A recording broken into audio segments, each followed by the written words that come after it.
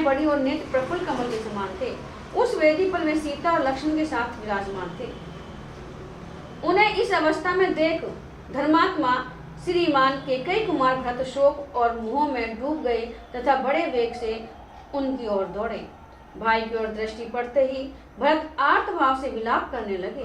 वे अपने शोक के आवेग को धैर्य से रोक न सके और आंसू बहाते हुए गदगद वाणी में बोले, हाय, जो राज्यसभा में बैठकर प्रजा और मंत्री वर्ग के द्वारा सेवा तथा सम्मान पाने के योग्य हैं, वे ही ये मेरे बड़े भ्राता श्री राम यहाँ जंगली पशुओं से घिरे हुए बैठे हैं।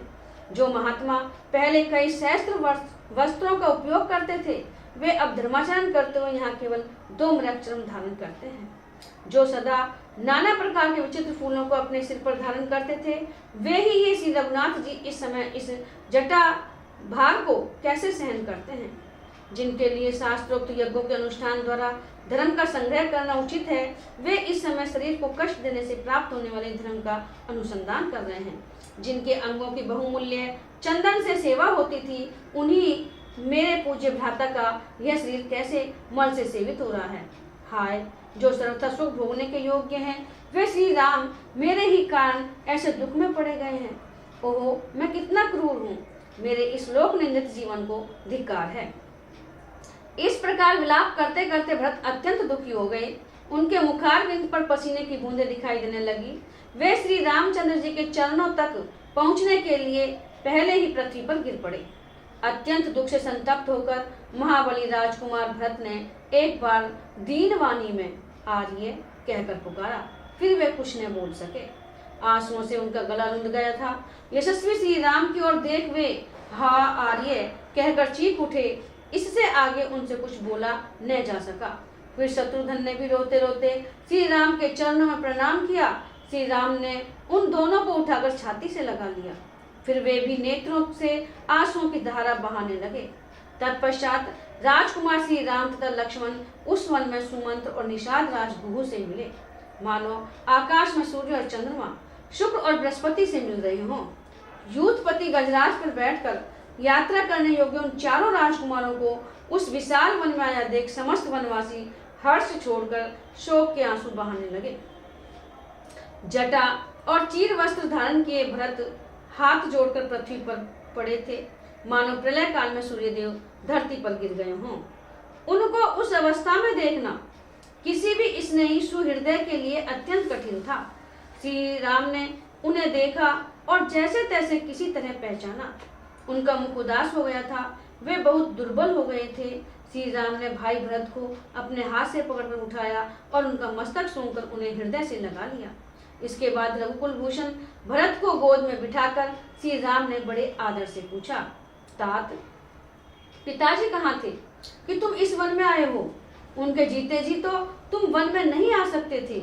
मैं दीर्घ काल के बाद दूर से नाना के घर से आए हुए भरत को आज इस वन में देख रहा हूँ, परंतु इनका शरीर बहुत दुर्बल हो गया है। तात, तुम क्यों वन में आए हो? भाई, महाराज जीवित है ना? कहीं ऐसा तो नहीं हुआ कि वे अत्यंत दुखी होकर सहसा परलोकवासी हो गए हों और इसलिए तुम्हें स्वयं यहाँ आना पड़ा हो? सौम्य, तुम अभी बालक हो, इसलिए परंपरा से चला आता हुआ तुम्हारा राज्य नष्ट तो नहीं हो गया। सत्य पराक्रमी तात भरत, तुम पिताजी की सेवा शुश्रूषा तो करते हो ना? जो धर्म पर अटल रहने वाले हैं तथा जिन्होंने राजसूय एवं अश्वमेध यज्ञों का अनुष्ठान किया है, वे सत्य प्रत्येक महाराज दशरथ सकुशल तो है ना? तात, क्या तुम सदा धर्म में तत्पर रहने वाले विद्वान ब्रह्मवेत्ता और इक्ष्वाकु कुल के आचार्य महातेजस्वी वशिष्ठ जी की यथावत पूजा करते हो? भाई, क्या माता कौशल्य सुख से हैं? उत्तम संतान वाली सुमित्रा प्रसन्न है और आर्य के कई देवी भी आनंदित हैं। जो उत्तम कुल में उत्पन्न विनय संपन्न बहुश्रुत किसी के दोष न देखने वाले तथा शास्त्रोक्त धर्मों पर निरंतर दृष्टि रखने वाले हैं, उन पुरोहित जी का तुमने पूर्णतः सत्कार किया है।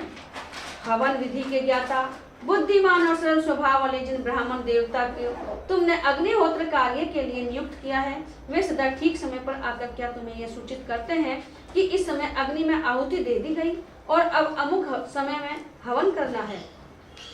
तात, क्या तुम देवताओं, पितरों, भृत्यों, गुरुजनों, पिता के समान आदरणीय वृद्धों, वैद्यों और ब्राह्मणों का सम्मान करते हो? भाई, जो मंत्र रहित श्रेष्ठ बाणों के प्रयोग तथा मंत्र सहित उत्तम अस्त्रों के प्रयोग के ज्ञान से संपन्न और अर्थशास्त्र के अच्छे पंडित हैं, उन आचार्य सुधन्वा का क्या तुम समादर करते हो? तात, क्या तुमने अपने ही समान शूरवीर, शास्त्रज्ञ, जितेंद्रिय, कुलीन तथा भारी चेष्टाओं से ही मन की बात समझ लेने वाले सुयोग्य व्यक्तियों को ही मंत्री बनाया है? रघुनंदन, अच्छी मंत्रणा ही राजाओं की विजय का मूल कारण है। वह भी तभी सफल होती है जब नीति शास्त्र निपुण मंत्री शिरोमणि अमात्य उसे सर्वथा गुप्त रखते हैं। भरत, तुम असमय में ही निद्रा के वशीभूत तो नहीं होते, समय पर जाग जाते हो ना? रात के पिछले पहर में अर्थ सिद्ध के उपाय पर विचार करते हो ना? कोई भी गुप्त मंत्रणा 2 से 4 कानों तक ही गुप्त रहती है, 6 कानों में जाते ही वह फूट जाती है। अतः मैं पूछता हूँ, तुम किसी गूढ़ विषय पर अकेले ही तो विचार नहीं करते अथवा बहुत लोगों के साथ बैठकर तो मंत्रणा नहीं करते? कहीं ऐसा तो नहीं होता कि तुम्हारी निश्चित की हुई गुप्त मंत्रणा फूटकर शत्रु के राज्य तक फैल जाती हो? रघुनंदन, जिसका साधन बहुत छोटा और फल बहुत बड़ा हो, ऐसे कार्य का निश्चय करने के बाद तुम उसे शीघ्र प्रारंभ कर देते हो ना? उसमें विलंब तो नहीं करते? तुम्हारे सब कार्य पूर्ण हो जाने पर अथवा पूरे होने के समीप पहुंचने पर दूसरे राजाओं को ज्ञात होते हैं ना? कहीं ऐसा तो नहीं होता कि तुम्हारे भावी कार्यक्रम को वे पहले ही जान लेते हो? तात, तुम्हारे निश्चित किए हुए विचारों को तुम्हारे या मंत्रियों के प्रकट न करने पर भी दूसरे लोग तर्क और युक्तियों के द्वारा जान तो नहीं लेते, तथा तुमको और तुम्हारे अमात्यों को दूसरों के गुप्त विचारों का पता लगता रहता है ना? क्या तुम सहस्त्रों मूर्खों के बदले एक पंडित को ही अपने पास रखने की इच्छा रखते हो, क्योंकि विद्वान पुरुष ही अर्थ संकट के समय महान कल्याण कर सकता है? यदि राजा 1000 या 10,000 मूर्खों को अपने पास रख ले तो भी उनसे अवसर पर कोई अच्छी सहायता नहीं मिलती। यदि एक मंत्री भी मेधावी, शूरवीर, चतुर एवं नीतिज्ञ हो तो वह राजा या राजकुमार को बहुत बड़ी संपत्ति की प्राप्ति करा सकता है। तात, तुमने प्रधान व्यक्तियों को प्रधान, मध्यम श्रेणी के मनुष्यों को मध्यम और छोटी श्रेणी के लोगों को छोटे ही कामों में नियुक्त किया है ना? जो घूस न लेते हो अथवा निश्चल हो, बाप दादों के समय से ही काम करते आ रहे हो तथा बाहर भीतर से पवित्र एवं श्रेष्ठ हो, ऐसे अमात्यों को ही तुम उत्तम कार्यों में नियुक्त करते हो ना? केकई कुमार, तुम्हारे राज्य की प्रजा कठोर दंड से अत्यंत उद्विग्न होकर तुम्हारे मंत्रियों का तिरस्कार तो नहीं करती? जैसे पवित्र याजक पतित यजमान का तथा स्त्रियों कामचारी पुरुष का तिरस्कार कर देती है, उसी प्रकार प्रजा कठोर पूर्वक अधिक कर लेने के कारण तुम्हारा अनादर तो नहीं करती? जो साम दाम आदि उपायों के प्रयोग में कुशल, राजनीति शास्त्र का विद्वान, विश्वासी, भृत्यों को फोड़ने में लगा हुआ शूर, मरने से न डरने वाला तथा राजा के राज्य को हड़प लेने की इच्छा रखने वाला है, ऐसे पुरुष को जो राजा नहीं मार डालता वह स्वयं उसके हाथ से मारा जाता है। क्या तुमने सदा संतुष्ट रहने वाले, सूरवीर, धैर्यवान, बुद्धिमान, पवित्र, कुलीन एवं अपने में अनुराग रखने वाले रण कर्म दक्ष पुरुष को ही सेनापति बनाया है? तुम्हारे प्रधान योद्धा, सेनापति, बलवान, युद्ध कुशल और पराक्रमी तो है ना? क्या तुमने उनके शौर्य की परीक्षा कर ली है तथा क्या वे तुम्हारे द्वारा सत्कार पूर्वक सम्मान पाते रहते हैं? सैनिकों को देने के लिए नियत किया हुआ समुचित वेतन और भत्ता तुम समय पर देते हो ना? देने में विलंब तो नहीं करते? यदि